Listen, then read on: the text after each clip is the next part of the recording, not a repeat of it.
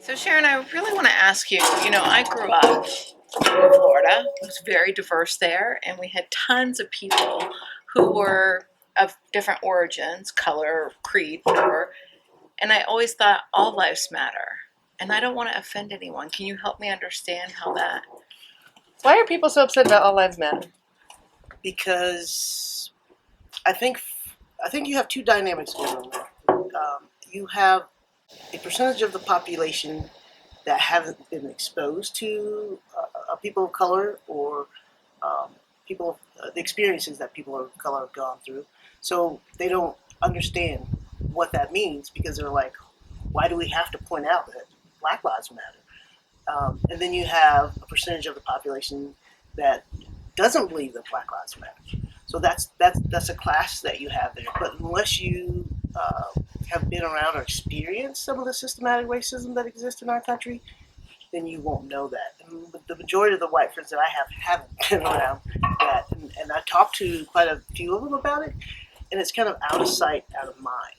So I think it's important to have these conversations to explain to other people why it's important to point out that Black Lives Matter. I mean, stemming from slavery and the fact that we never really, we fought 3 wars, never were compensated. I don't remember how many years after they ended slavery that people were still enforcing or still had slaves. But there's a long history in the state of America when it comes to Black people. I mean, the initial ascent of Black people here, or them initially bringing Black people here, and not going back and having reparations for that, or making up for that. And it's just gone on and it's built up. Now we're dealing with it during our time frame, where a lot of us probably think that we should have dealt with that years ago, but we're having to deal with it now because our forefathers didn't deal with it, and it's still ongoing dynamic in our country. Yeah, it's interesting because one of my ex-boyfriends happens to be Black, and he shared with me, Cyrina, this is bringing up so many emotions from my past. Like, I remember when I felt isolated, or I felt like I was looked down upon because of the color of my skin. I was like, how's that even possible? And I can't relate. I have different different things that, I felt like I was being isolated because of, but never for the color of my skin, and I just don't understand that. And then for me, I never bothered me because being from New York and Brooklyn, New York, it's just a mix of everything. So it's just we see people Black lives always matters, but we didn't have to say it because everybody just everybody loved everybody, even in a crazy New York way. I love you, but I hate you. Yeah, and I love you, but I kind of hate you. I love you, but get out of my way. Yeah, you're in my way. Yeah. They did an experiment. Reader's Digest, remember them? They did an experiment where they did this. They went into a bunch of different big cities all around the country, and they had somebody come in with a big pile of papers and folders, and they tripped or something and fell all over. And New York was the city where people were the most kind and helpful. Wow. Which I think surprises people. That's surprising. Because that's where I came from. So now, yeah. New York is normally talked down on. But what Sharon was saying, sorry, I was just saying that I didn't experience neither or Black Lives Matter or All Lives Matter kind of situation. It was just we all were people. We all enjoyed each other's company. Until I've met people from the South, really is when I realized that it's a different dynamic down there. And then being with Sharon and learning about her background, it's so it's even new to me because even though I'm Black, I'm Caribbean. It's a different experience. So it's a different experience. Yeah, interesting. You don't have the epigenetic history of the slavery because you're from Trinidad versus. Well, they have American. slaves in Trinidad as well. They did Indian slaves in Trinidad. I did not know that. My grandfather's Hindu Indian, so I may have that generational as well. But I grew up because my family is mostly Indian and Black, mostly Indian. I did not know that. Yeah. Huh. See, and this is, I think, part of the critical thing is having the conversations and educating people. 2 years ago, even though I thought I was pretty, colorblind. I hate to even use the word now, colorblind, but I woke up, and then it was how do I I think for as a white person, like, how do I tell my white friends, girl, you can't say that. Like when I was editing Cyrina's book and I was like, do I leave this in or do I change it? I think I altered it a little bit, but I was like, this is how she feels. But now that all this has come up, I'm like wishing that I had pushed harder Yeah. to say, look, you can't say Black Lives Matter and then have to explain it. But I wasn't as educated in my own mind then as even that was only what 6 months ago Yeah. or something. So like we're all evolving and learning so fast right Oh now. man. Yeah, and that's what I said to you guys because I wanted to ask because I said I feel like all lives matter, and you said, well, Cyrina, the context you wrote it in is not, you know, It comes from a different perspective. perspective, right? And but my intention was never to discriminate or be harmful or mean or anything to anyone. Yeah. You know, it was supposed to be more loving, like more inclusive. Mhm. You know, so Yeah, that's interesting. My parents actually met on a plantation in cotton plantation in Clarksdale, Mississippi. Your parents? Mm-hmm. Your wow, parents. Yeah, yeah. that wasn't that long ago. That wasn't very long ago. But one of the things I wanted to point out is that Rebecca was mentioning her heritage. I was doing some research on something and was looking up her culture. I forgot exactly what I was looking for, but this is. So I ran across after they ended slavery in America, the UK got 1 million slaves from India, Delhi, India, and spread them around on sugar plantations around the world, mainly in the Caribbean. And the way I found it out, I ran across a documentary. Third generation guy was looking for his great grandfather. Mm-hmm. Found him in Trinidad, one of the Thailand, maybe one of the islands. One of the islands. Not Thailand. It was in. He found him in Guyana, Guyana. which is South America, but it's considered like a Caribbean island. So after they ended slavery in the U.S., UK, it was supposed to be a indentured servitude for a few years. This was 3 generations later. This guy went to find his great grandfather, and he was still on that plantation that the Europeans had taken him to. So even after they ended slavery in America, slavery still existed on a wide, broad scale across the world. So I feel bad for you guys because I think there's a lot that you don't know that your forefathers what we were taught have done, was very whitewashed, so and to speak. it's pretty intense. So Yeah.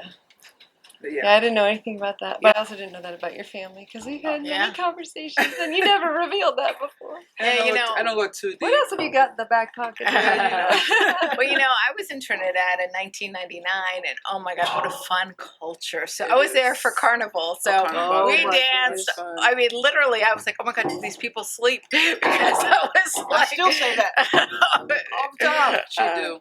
You go Last out, night. she's like, stop dancing. Sleep. Why are you not sleeping? Because, you know.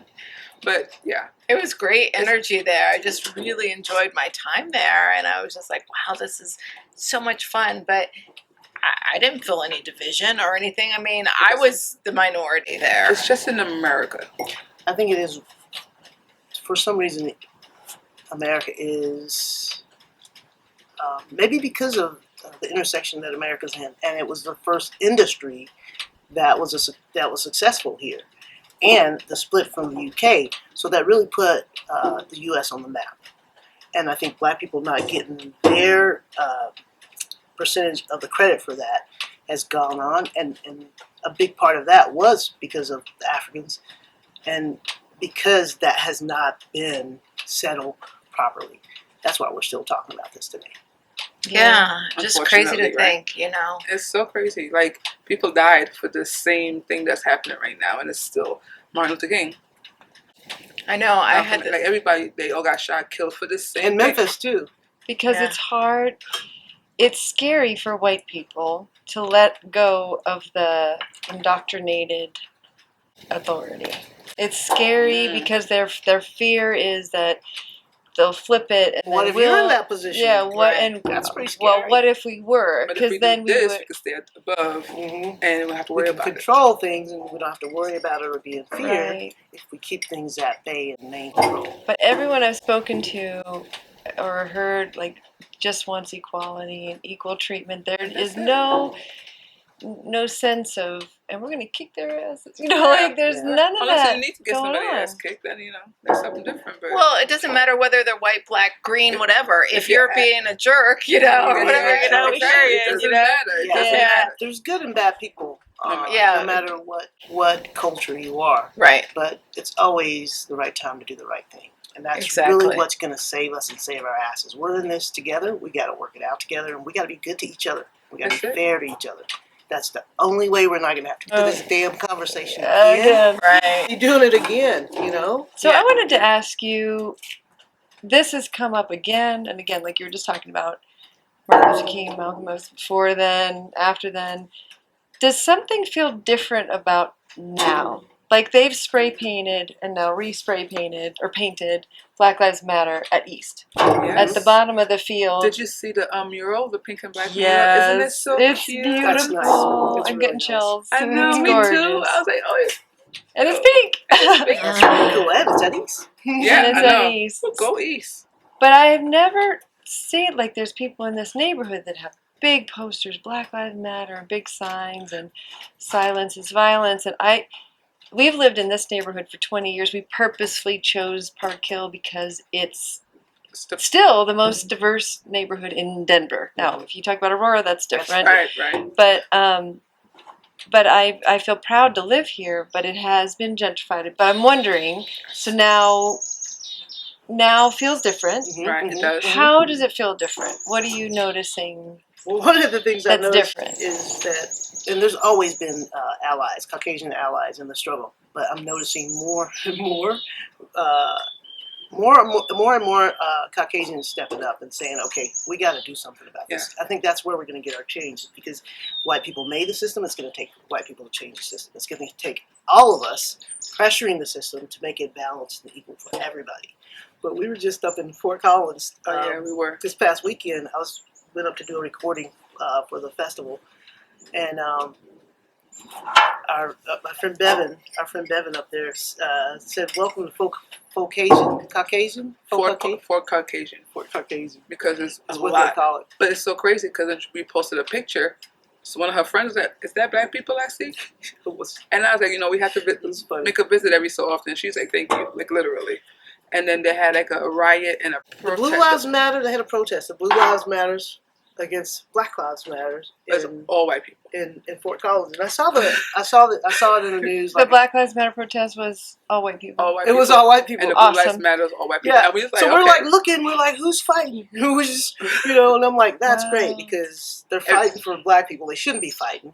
But what the hell, it's funny. And the caption said the whitest city in America has a riot or something at a BLM movement. But here's the thing, it's going to take people standing up and realizing it's not the blue against the black. It's not the blue against the white.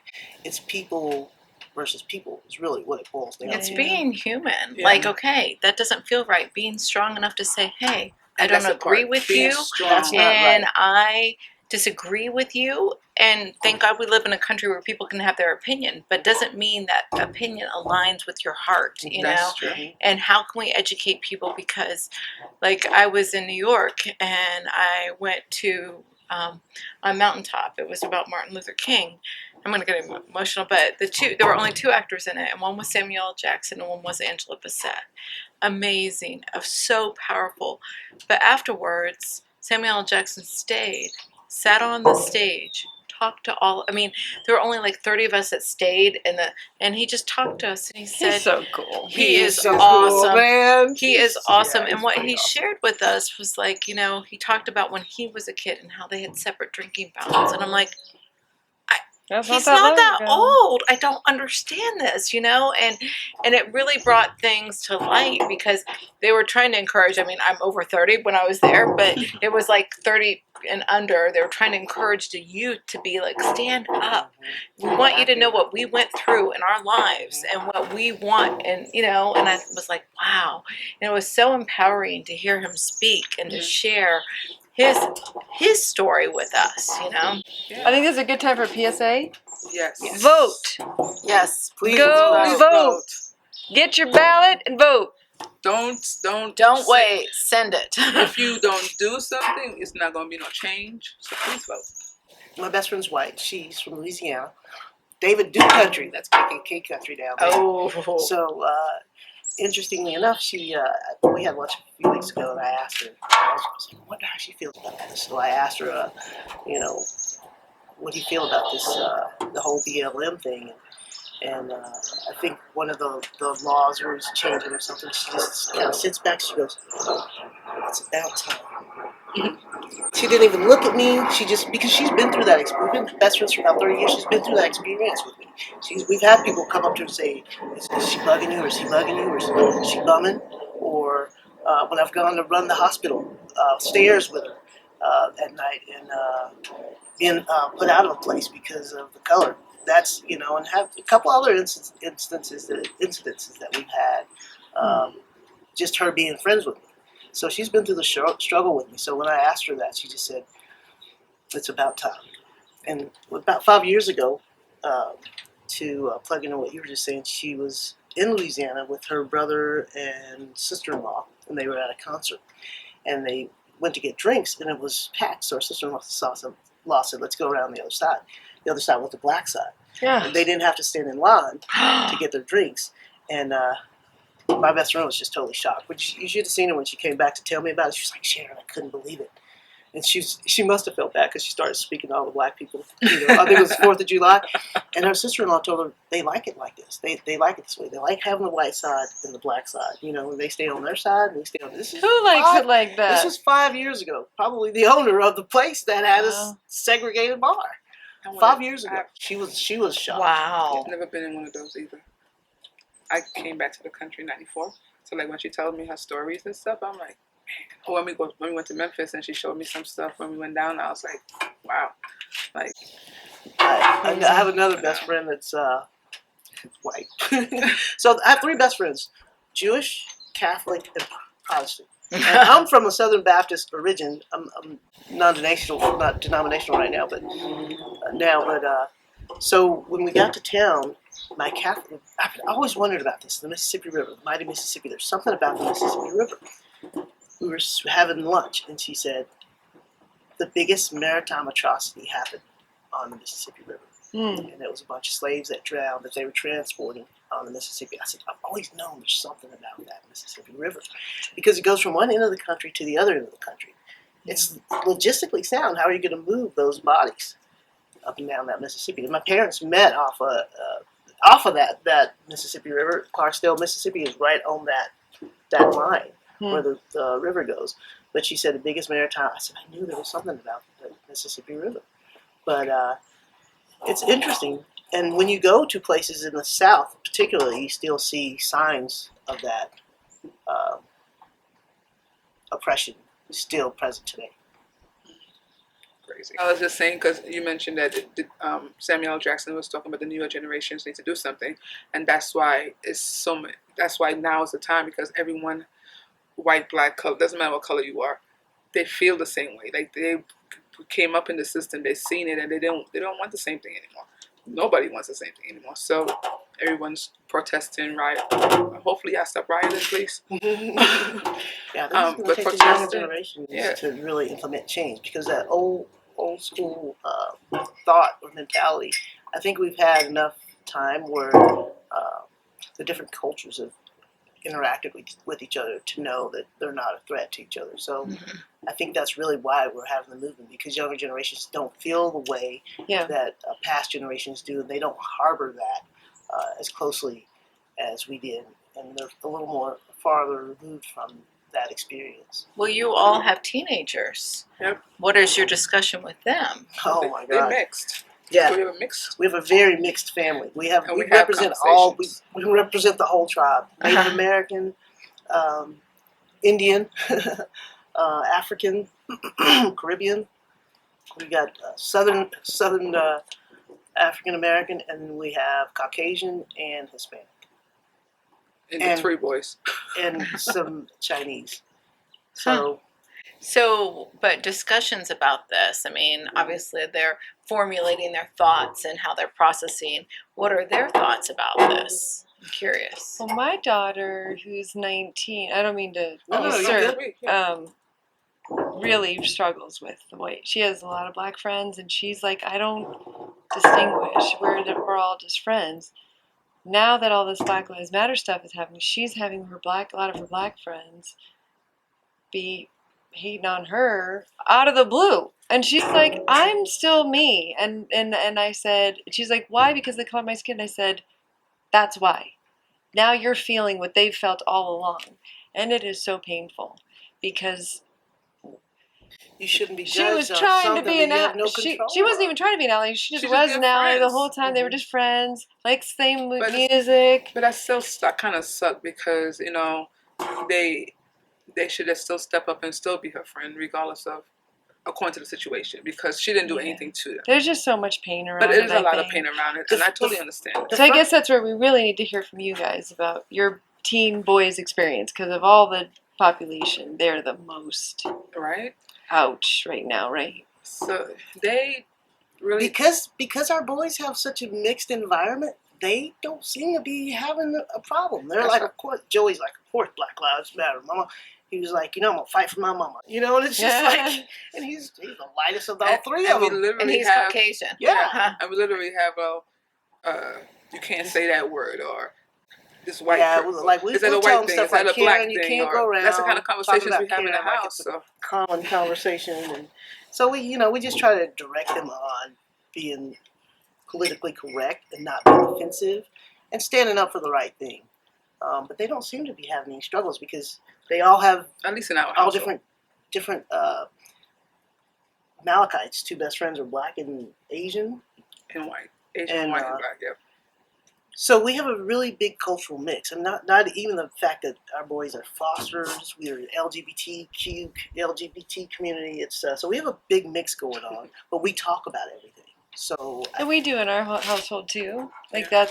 we've always, and our kids have always had friends of other colors. Like when in Australia, when it was like 98% white at the school, she gravitated towards the girl that was half Japanese, half Chinese, the other girl that was African Australian, and she's always been attracted to and drawn to people who Other are different. cultures. And I think that's partially because living in Australia as Americans, It's the we were not difference. liked down there very much, and we assimilated very quickly to be accepted. But I think Jenna was treated differently because of her American accent, Mhm. and she very quickly picked up the Aussie accent. So although I have no idea what your experience is, I've had a sliver of it when I was screamed at the supermarket in Australia because they heard my accent and started yelling at me about getting dragging them into the Iraq War, and I was like, it trust wasn't me. me. I didn't do it. Because that's when Bush was still president, Mhm. Bush GW, and I was like, why do you think I'm here? Like I don't want to be in America right now. I need a Like, break. no, I need to get away. It's not pretty, and now I feel like it's even more intense. Oh, Like the man. intensity is Yeah, so high it is. right now. Well- I'm just sitting here realizing you just said Karen and thinking, we had one of our posts commented on like shut up Karen, and having conversations with you and knowing what that means. Now, even in this conversation, I'm realizing, damn, I'm being a Karen again. Like I just was like a Karen just a few minutes. I'm probably being a Karen right now. Could you explain, especially for Cyrina, because I don't know if you had the full explanation. No. What's a Karen? I know what's a Karen. Go ahead, Becca. No, it's all you, baby. No, you go ahead, Becca. This is your favorite part of the conversation? Before we jump She's into gonna that, get fired up. before we jump into that, let me just say you were asking about the kids. So I heard Malachi and Garrett talking. Those are our two oldest two boys, and Malachi presents as black, Garrett presents as Hispanic. So they're sitting on the couch playing video games, and Garrett says something about Joey's friends calling him a wigger. And Oh, what? A wigger. A A wigger. white nigger. I've never heard Oh, that no, word no, no, no. before. They called him the N-word. So Oh. Joey's friend called him the N-word, and Joey corrected him and said, "I'm not a nigger, I'm a wigger." So I'm like hearing this conversation, and I'm just like, okay. So I've never so- heard that before. So one part of me is, I did tell him that it's derogatory, no matter which one you use. So don't use it. So I was kind of torn. I mean, I was glad that he identified, but I was like, it's still negative. You can't put a spin on it and it'd be okay. But it was it was interesting hearing the boys talk about it. So when that's kind of how the conversation was going in our house. So, but I did explain to him that it's not good, the N word, or even if you improvise it and put a W on it because you're white, or and have a black family or black mom. So that's where what that is. So I'm gonna find a dictionary. So are you going to talk about Karen? I'm gonna find a dictionary meaning. Karen is a privileged white woman that uses that privilege and power to evoke fear or get her way. So what does the Webster say about it? So English-speaking countries, for a woman perceived as entitled or demanding beyond the scope of what is appropriate or necessary. A common stereotype is that of a white woman who uses her privilege to demand her own way at the expense of others. Wow. See, it's so not me. Like I have always been such a giver. That's me. I'm a giver person, and I would never want to minimize or compete. I'm not a person who competes. I compete with myself, but I just can't even imagine. When I was 16 years old, one of my friends, he went to MUS. So I went to Ridgeway, which Ridgeway was one of the best public schools in town. Right across from Ridgeway was Hudson, the girls' private school, and MUS, the boys' private school. So Travis went to MUS, the boys' private school, and we hung out, and his mother wanted to have a conversation with me. So we went over to have a conversation, and she called me back in her bedroom. Basically, she didn't want her white son hanging out with me in my neighborhood, black neighborhood, and his dad was a pilot for FedEx, and they were prominent. And she didn't want her son hanging out with me, so we had that conversation, and I was like, wow. So, I left, and Travis and I left. He goes, "Don't pay attention to her. She's a bitch." I was like, wow, that's the kind of stuff that I've gone through. Because I grew up in a prominent middle to upper class white environment, and it was interesting. I hung out with the rats whose parents were doctors and lawyers. So I've been in a pretty homogenized environment since I was about 12. But it's really educated me, and it's really shown me the need for balance. And that's why we started Healthy Memphis and Healthy Denver Inc. and the Healthy Denver Festival. Because every time I would go home, our people are dying at a faster rate than my white colleagues. I was like, what is going on? And I had the fortune of working at a health food restaurant for about 5 years. So I learned a lot of stuff that traditionally I wouldn't know, like how bad sodas are for you and a lot of the other bad stuff that we eat, sugar. So I wanted to take that education and my experience and pass that on. And I dedicated myself to going back every year to try to educate Black people in the South about eating better, eating properly, and exercise, the importance of diet and exercise. So that's why we're doing what we're doing, exactly for the reason of why we're going through what we're going through today, is to help our people balance that out, just to live a balanced, healthy life. It's awesome. Yeah, and I think, you're impacting not just Black people, but all people. And I think that what you bring to the table is such an amazing thing. And, I feel very fortunate that Liz and I are, part of our tribe. that and plus, we're really excited to be able to donate 10% of our profits from our course that we've created,